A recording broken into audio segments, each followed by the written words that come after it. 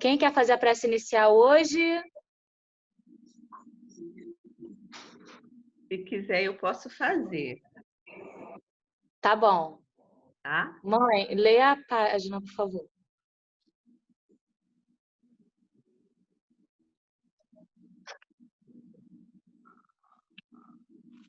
(16 de julho). A autocomiseração é um poço profundo e lamacento. Quando você cai nele, tende a se afundar cada vez mais. Ao deslizar pelas paredes escorregadias, segue diretamente para a depressão, onde a treva é total. Sua única esperança é olhar para cima e ver a luz da minha presença brilhando sobre você. Por mais que a luz pareça fraca, vista do fundo do poço, seus raios de esperança podem alcançá-lo a qualquer lugar. Quando você confia em mim, eleva-se lentamente desse abismo de desespero. Pode se esticar e segurar minha mão. Eu o trarei de volta para a luz. Com cuidado, eu o purificarei, tirando o lodo do seu corpo. Eu o cobrirei com a minha virtude e caminharei ao seu lado pela estrada da vida.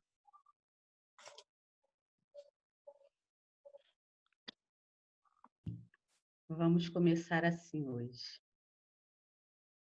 Pés descalços, mãos marcadas, moradores nas calçadas, esquecidos como a própria noite. Rosto triste, olhar tão raro, na esperança de um amparo, o silêncio mostra a própria dor. Sem perceber,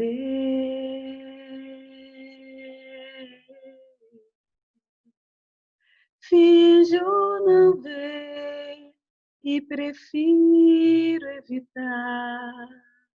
Preciso ter olhos de ver e mãos de ajudar e amar como ele amou. Que tenhamos olhos de ver esses nossos irmãos, que para muitas pessoas não existem, porque têm dores, têm dificuldades e não conhecem a palavra do Cristo muitas vezes. Muitas vezes não tem quem nos auxilie.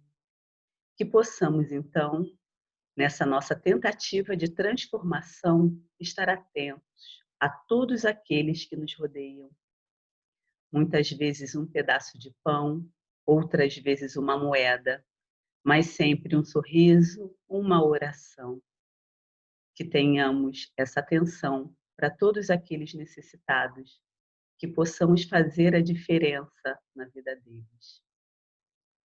Que assim seja, Mestre. Muito obrigada por mais esse dia de reunião, por mais essa oportunidade de aprender os teus ensinamentos, de acolhê-los e transformarmos a nossa vida e a vida de todos aqueles que nos rodeiam. Muito obrigada, graças a Deus. Graças a Deus. Quem quer ler o Evangelho hoje? Quem? Lívia! Aí, Lívia. Vamos lá.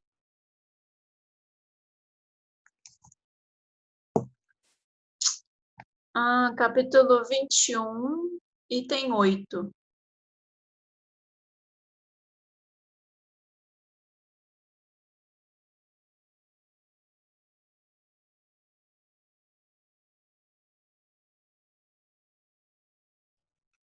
Posso ir?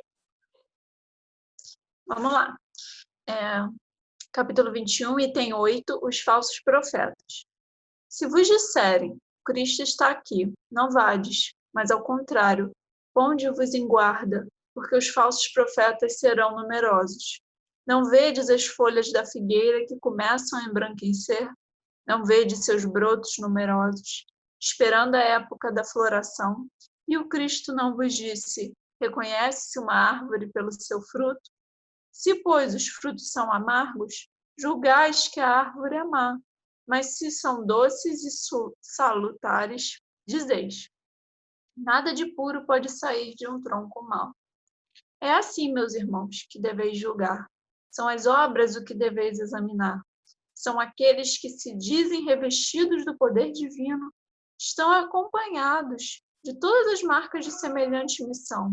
Quer dizer, se possuem no mais alto grau das virtudes cristãs e eternas, a caridade, o amor, a indulgência, a bondade, que concilia a todos os corações. Se em apoio às palavras, eles julgam os atos, então podereis dizer: estes são realmente os enviados de Deus. Mas desconfiai das palavras hipócritas, desconfiai dos escribas e dos fariseus que oram nas praças públicas, vestidos de longas roupas. Desconfiai daqueles que pretendem ter um único monopólio da verdade. Não, não, o Cristo não está aí, porque aqueles que ele envia para propagar a sua santa doutrina e regenerar seu povo serão a exemplo do Mestre, brandos e humildes, de coração, acima de todas as coisas. Aqueles que devem, por seus exemplos e seus conselhos, salvar a humanidade que corre para a sua perdição, perambulando nas rotas tortuosas, estes serão, acima de tudo, modestos e humildes. Todo aquele que revele um átomo de orgulho, fugir dele como de uma lepra contagiosa que corrompe tudo que toca.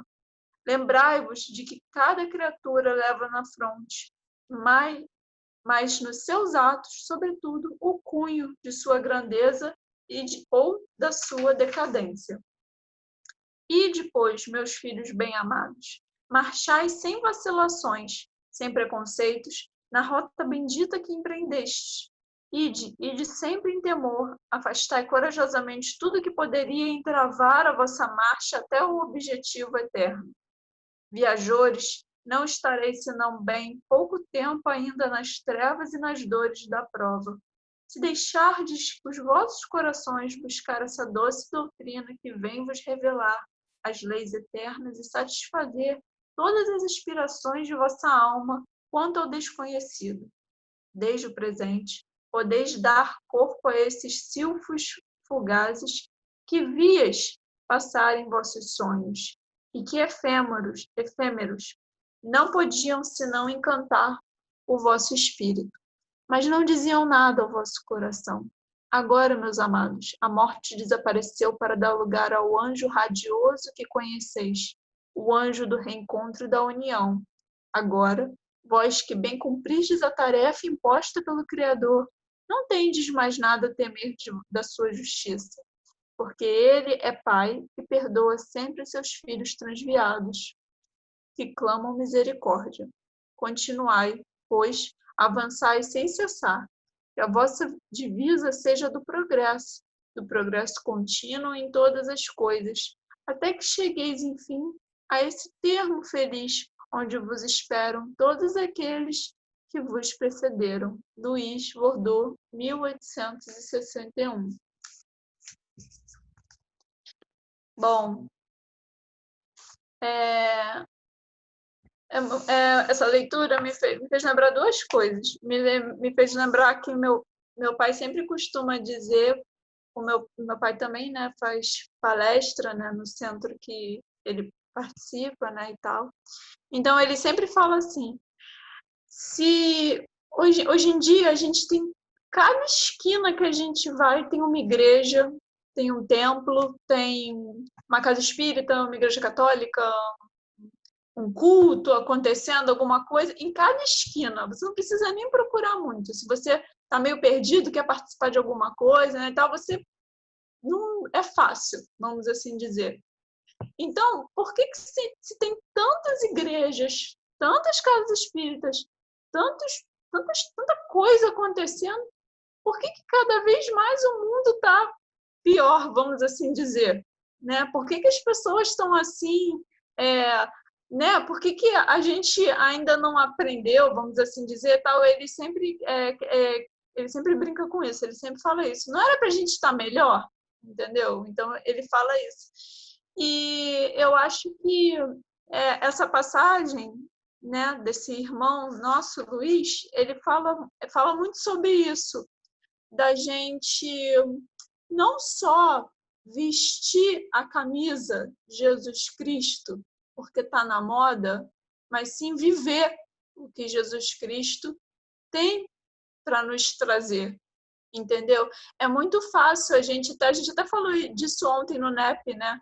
É muito fácil a gente bater no peito, tipo, eu sou cristão, que lindo, né? Ótimo. Mas o que você está fazendo para ser cristão? Eu não digo assim, ser evangélico, ser católico, ser espírita, eu estou falando ser cristão. O que você está fazendo para ser cristão? Entendeu? Você está atento ao seu próximo, você está, não sei, você está mesmo vivendo isso ou você está simplesmente só na onda, sabe, do movimento que está acontecendo e você está participando e é isso aí, a moda, né? Como a gente fala, você está só passando pela moda. Então, eu acho que essa passagem quer dizer muito sobre isso, sobre nós sermos constantes, entendeu? Em relação a Cristo. E não ficarmos simplesmente, legal, poxa, ali tem um culto maneiro, ou, tá acontecendo... Eu conheço pessoas, assim, eu não tenho nada contra, mas eu conheço pessoas que participam de um meio religioso porque não deixa de ser um meio social, entendeu? Quer estar lá naquele meio, com as pessoas e tal, e é isso, é simplesmente isso, um meio social para você conviver, né? Claro, antes, né, do que a gente estava tendo da pandemia, né? Mas era um meio social no qual a pessoa ia para confraternizar, mas e o sentido de você estar ali? Qual era, entendeu? Eu acho que muito além dos eventos, muito além do que a gente participa, claro, os eventos, tudo são super importantes. A nossa casa esse mês está fazendo 100 anos, entendeu? E está contando coisa boa, palestras e tal. Isso é importante, sim. Mas o que você está fazendo além disso? Além de só chegar lá e participar, entendeu? Então, eu acho que essa passagem diz muito sobre isso, da gente vestir mesmo a camisa, vamos assim dizer, de Jesus Cristo e realmente sermos cristãos, e não só da boca para fora, reconhecermos pelos nossos atos, né? Então, eu acho que é mais ou menos isso, porque o que adianta a gente... mas eu conheço pessoas que falam assim, mas eu vou à missa todos os domingos, religiosamente, ótimo. Mas e além disso? Você fica aquela uma horinha ali na igreja ou qualquer lugar, né, da religião que você segue. Mas e além disso? O que você está fazendo? Não adianta a gente ficar ali naquela... Isso eu digo também para mim, porque, né, não adianta a gente ficar aquela uma horinha, 2 horinhas ali participando, aí a gente é agradável com todo mundo que está ali, aí a gente chega em casa, discute com o marido, briga com o filho, entendeu? O que adianta? Sabe? É a gente sair dali e levar isso para além dos muros daquela instituição religiosa. É você absorver realmente o que está se passando ali, ouvir uma boa palestra, uma boa missa, um bom culto, que seja, né? Ouvir as palavras que o líder religioso está falando e levar isso para a sua vida. Porque aí, conforme as pessoas estão vendo, conforme as pessoas vão ver a mudança em você, elas com certeza também vão ser impactadas e também vão, poxa lá, o fulano, caramba, ele é tão legal, tal, ele faz as coisas, aí você acaba motivando, acaba levando outras pessoas para o lado bom da força, vamos assim dizer. Então, eu acho que é mais ou menos isso, sabe? Isso é o ser cristão que a gente tanto almeja, né?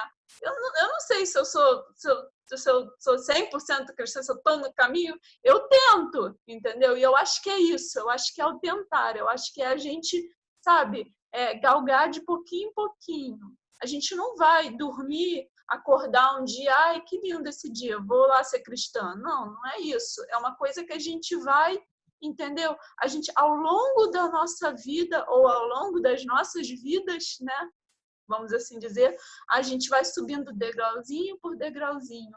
Então, consequentemente, sendo bons cristãos, nós vamos ser bons espíritas. Uma coisa está diretamente ligada à outra. Não adianta eu chegar assim, bater no peito, exatamente, ser cristão é estilo de vida. Não adianta eu chegar batendo no peito, não, que eu sou espírita, principalmente eu, sou espírita de berço, eu nasci no espiritismo. Maneiro, mas e aí? O que você está fazendo com isso? Entendeu? Então, eu acho que é muito mais além da gente só chegar e botar um título na nossa testa, sou cristão, sou espírita, sou evangélico, sou católico, é você, de fato, vestir a camisa e fazer isso com ações. Foi o que eu falei ontem, até no NEP. Eu falei, eu esqueci da frase de novo. Se quiser pregar o evangelho, se quiser, pregue o evangelho e, se necessário, use palavras. Ou seja, o gesto, né? A ação em si vale muito mais do que você sentar do lado de uma pessoa e ficar martelando na cabeça dela, sabe? Porque na Bíblia tá isso, porque no Evangelho segundo o Espiritismo tá aquilo. Aí você fica na cabeça da pessoa, tom. A pessoa às vezes não precisa disso. A pessoa às vezes precisa que você sente do lado dela. E isso é um exemplo que eu tô falando. Sente do lado e fala assim, tá tudo bem com você? Tem alguma coisa que eu possa fazer por você?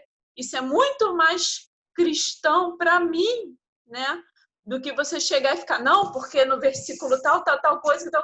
E a pessoa, às vezes, coitada, nem tá ouvindo, porque não tá com a cabeça em outro lugar, tá com o problema dela.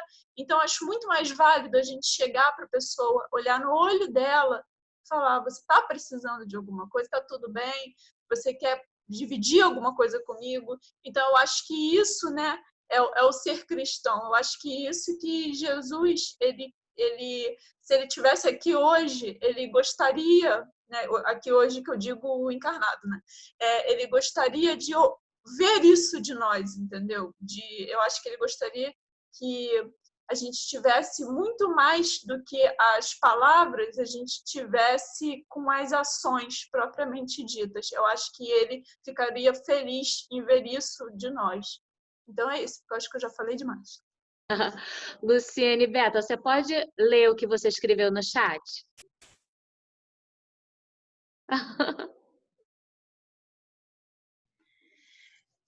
Então, eu escrevi, vocês estão me ouvindo?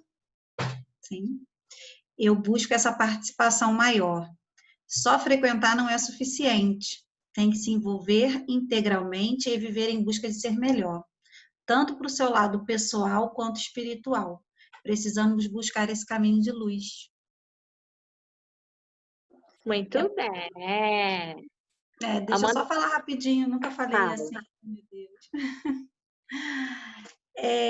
A Priscila não está aqui hoje, né? Mas foi através dela que eu conheci vocês, né? Eu tive uma perca muito grande da minha família. Eu perdi meu pai tem um mês. Não foi para o Covid. Ele infartou nas minhas mãos comigo. Eu estava no hospital com ele. E ele entrou bem, super saudável, não tinha nada. A Vivian tá aí, ela conhecia meu pai, sempre muito ativo, enfim. E foi, assim, muito difícil, está sendo muito difícil para mim.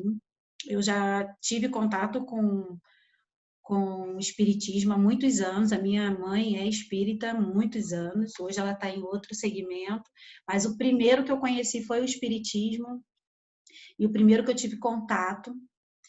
E dentre tudo isso que eu passei, há 10 anos atrás eu também perdi minha avó também nos meus braços. Enfim, me dediquei ao trabalho, não estava pensando em mim, estava pensando no meu trabalho, tentando me ocupar e esquecendo da Luciene verdadeira, né? Esquecendo de se olhar, esquecendo de se ver.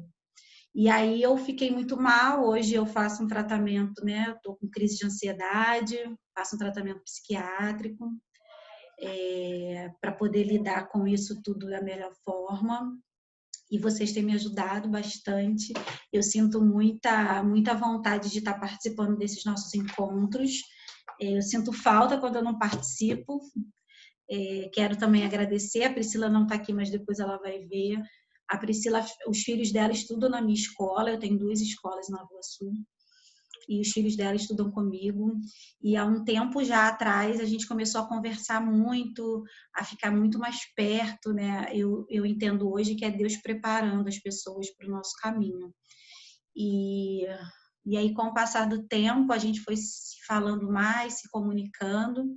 E ela me mostrou, eu estava muito mal, né, nesse processo.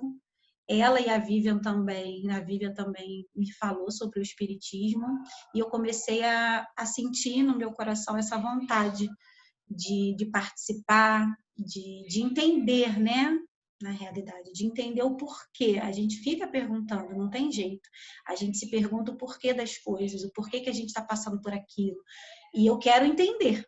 Eu estou aqui, por isso que às vezes eu não falo, eu estou aprendendo, eu estou lendo, mas eu quero entender e quero também ficar mais calma, mais tranquila, que eu sou ligada no 320, então eu quero ficar um pouquinho mais calma, mais tranquila.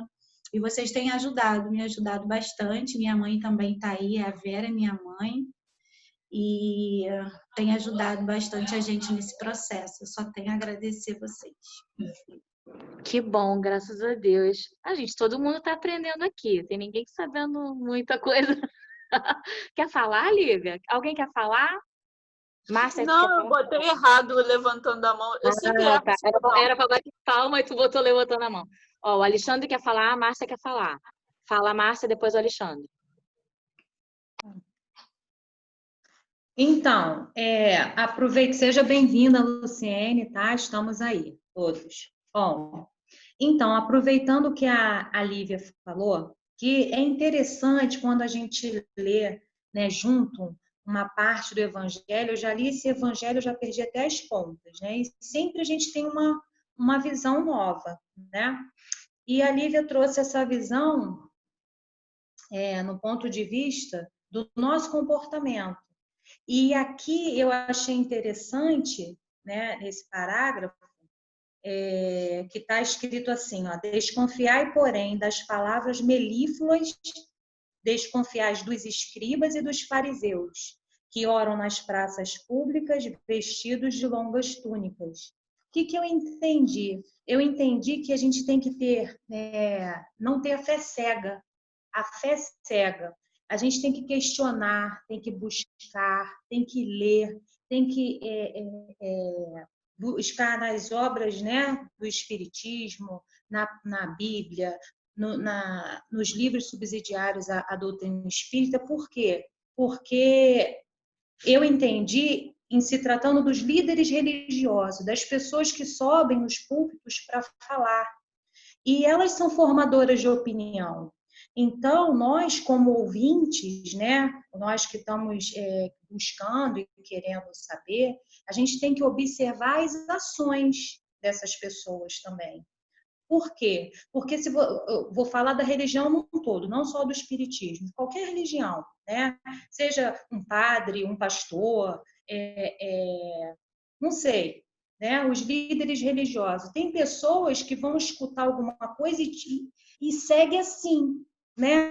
Não questiona, não busca, não vê se é coerente ou não. Então, acho que fica um alerta para a gente poder estar sempre buscando a verdade. A verdade de quem? Do Cristo, né?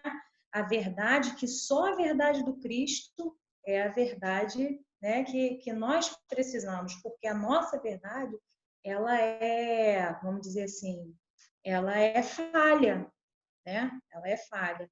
Então, acho que a gente tem que questionar, não ter fé cega, observar as ações, né, de quem que a gente está ouvindo e também as nossas ações, lógico, né? Então, era isso que eu queria contribuir com alguma coisa. Vai, Alexandre, muito bom. Eu queria juntar o que a Lívia falou com o que a Luciene falou, que a morte é certa, né? Até eu vi que a Vivian colocou colocou para a gente hoje no grupo, obrigado, Vivian, ao Conversa com o Bial, muito interessante, né? E é engraçado que, eu não me lembro qual dos três, eu acho que é o jornalista que fala que morre de medo da morte, né? É tão engraçado, é a única coisa certa que a gente tem. A gente sabe que vai morrer, mas nunca é fácil a gente se preparar para ela. E eu queria associar a morte com o que a Lívia falou, que é o seguinte: a gente lê muito, a gente estuda muito. Eu não me lembro há quanto tempo nós já estamos aqui fazendo esse trabalho, né? Su cuidando da gente aí nesse trabalho e tal. E o que acontece, né? A gente fala, poxa, que legal, que bacana, a gente precisa praticar, aí você dorme, acorda, aí você fala, poxa, eu preciso praticar, aí você dorme, acorda, eu preciso praticar e morre. É muito importante isso, é muito importante, cara, a gente viver sabendo que a tua morte pode ser hoje, sabe? E que o evangelho é prática, sabe? A religião é prática. A gente estuda um pouquinho e pratica muito. E se a gente não estiver no caminho de estudar um pouquinho e de praticar muito, aí a morte vem, a gente é pego de surpresa, né? Eu estou falando da nossa morte, né?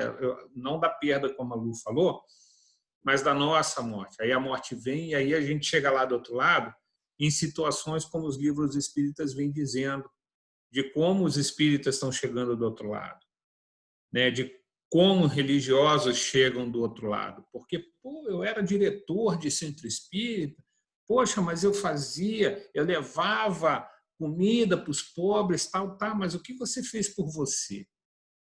O quanto você se transformou, né? De todo o conhecimento que você teve. Então, religião é prática, é o que a Lívia falou. Então, eu só queria trazer essa conexão, né? Da gente pensar que a gente pode não chegar no final desse culto, né? A gente pode desencarnar agora, simples assim, né? Vai, Ju. Fiquei toda arrepiada, hein? Isso que o Alexandre falou. Mas isso que o Alexandre falou é muito certo. Eu sempre falo isso. A gente tem que acordar sabendo que pode ser o último dia mesmo. Eu já falei várias vezes isso aqui. E é uma verdade que a gente tem que deixar muito forte. Não é essa coisa de, para que tem que educar para a morte? Sim, a gente precisa disso, né? E o que ele falou é super válido, porque muitas vezes você acorda, vai dar comida, vai tudo no automático, automatismo, não é de coração. Você vai porque está todo mundo fazendo, você já é um hábito. Mas é um sentimento que vai ali na hora de você entregar. Você está presente ali, entregando, perguntando se a pessoa está bem, entregando o alimento para a pessoa. Isso, a intenção vale até muito mais do que a ação. A intenção que você vai fazer, às vezes você tem uma intenção tão boa, mas na hora de executar dá alguma coisa errada, mas Deus vai julgar pela sua intenção. Qual foi a intenção dessa pessoa para praticar essa ação? Então, que a gente esteja cada vez mais presente nas nossas ações, que foi o meu post de hoje lá no meu Instagram, para a gente estar presente em tudo que a gente for fazer. Isso é muito importante. É a intenção e o esforço, né? Para a gente se esforçar também. O poder do agora, né? Vivian, tu quer ler o que tu botou no chat?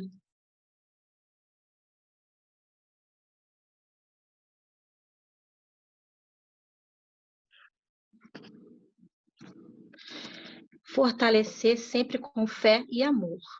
É praticar a caridade e humildade com si, consigo mesmo, né? E com o próximo. Evangelizar o tempo todo é vivenciá-lo também na prática. Muito bem. Então, eu posso falar? Pode. Eu sou meio tímida, né? Mesmo sendo da educação, mas eu sou meio tímida quando falo com adultos. Mais fácil lidar com crianças. O que acontece? Eu tenho uma vivência, assim, há pouco tempo no espiritismo, mas o espiritismo, ele entrou na minha vida criança, sem perceber. Minha mãe estava levando a gente em um centro para... Antigamente tinha aquelas senhoras que ficavam benzendo, né, a gente, né? Então ela sempre levava a gente para fazer todo ano. E aí, com o tempo foi passando, a gente passou a frequentar a igreja católica. Quando eu virei adolescente, eu conheci um pastor, um evangélico, que ele foi morar atrás da minha casa. E ele tinha uma filha da mesma idade, e acabou que eu comecei a acompanhá-los também na igreja evangélica. Então, eu passei pelo catolicismo, protestante, e aí voltei para a católica. Bom tempo. E aí conheci meu esposo, e a base do meu marido é o kardecismo. E eu acabei me ficando curiosa, porque questionamentos vêm com a vida, né? Você questiona, quer respostas e não consegue e vai buscando. E uma amiga minha da faculdade me indicou frequentar um centro espírita para mim conseguir as respostas que eu queria. E acabou que eu fui me sentindo bem, um ambiente que me trouxe tranquilidade, harmonia, respostas para os meus questionamentos, e eu continuo ainda buscando. E assim eu vou vivenciando a minha vida. Todas as pessoas que eu vejo ao meu redor que precisam de uma luz, de uma orientação. Eu não sou muito próxima da Lu, mas assim conheço a Lu através da irmã dela, através do trabalho delas, né, delas duas. E aí me sensibilizei com a perda delas, porque eu já tinha passado por uma perda por um tempo atrás. E eu sei que foi difícil. E assim, eu tentei dar uma orientação, uma força, porque de onde a gente menos espera vem aquela luz para o caminho. E assim aconteceu comigo, eu achei que eu poderia fazer com ela. Assim, a vida foi trazendo a gente ficando mais próxima, ela acabou me orientando esse grupo, né? Esse grupo que a gente hoje participa, foi a Lu que falou. Eu tinha muita vontade de fazer evangelho no lar e eu não tinha companhia, não tinha incentivo de algumas pessoas, mas aí acabou que ela me deu uma outra orientação. Eu acho que foi uma troca, né? O momento que ela precisou, eu acho que eu consegui dar uma luz, e o momento que eu estava precisando também de estar mais próximo, de estudar um pouco mais o evangelho, ela também me deu uma luz. Acho que foi uma troca, uma para outra. Acho que cada uma ajudou a outra no que precisava. E assim, eu me sinto muito bem. No kardecismo, no espiritismo, me faz muito bem. Que bom que você se encontrou. Vamos fazer a nossa prece. Quem quer fazer a prece final? A gente tem 2 minutinhos, tem que ser. Ju, tu faz, Ju? Faço. Vamos orar? Vamos fechar os nossos olhos para agradecer por esse momento tão especial em nossas vidas. Senhor Jesus, gratos estamos, Mestre Divino, por mais esta oportunidade de nos encontrarmos aqui nesse mesmo horário para aprendermos mais sobre o teu Evangelho, Mestre. Que nós possamos sair deste encontro melhores do que entramos, Senhor, e que nós possamos ser luz, espalhando o teu amor por onde passarmos. Que as nossas águas possam ser fluidificadas, colocadas nela todo o remédio necessário para cada mazela. Que assim seja, graças a Deus. Graças a Deus. Bem rapidinho. Vamos fazer uma foto. Cadê a Safira?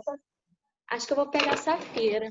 Peraí. Pega. Dá tempo, pega. Ô, Márcia, tá vendo aí nosso palitinho de fósforo? Cada um com sua luzinha, ó, de ontem que a gente falou no NEP. 1, 2, 3 e sorrindo. Depois sorri, filha. Tchau, gente. Beijo, gente. Tchau, boa noite. Boa noite. Beijo, obrigada. Beijo, até amanhã.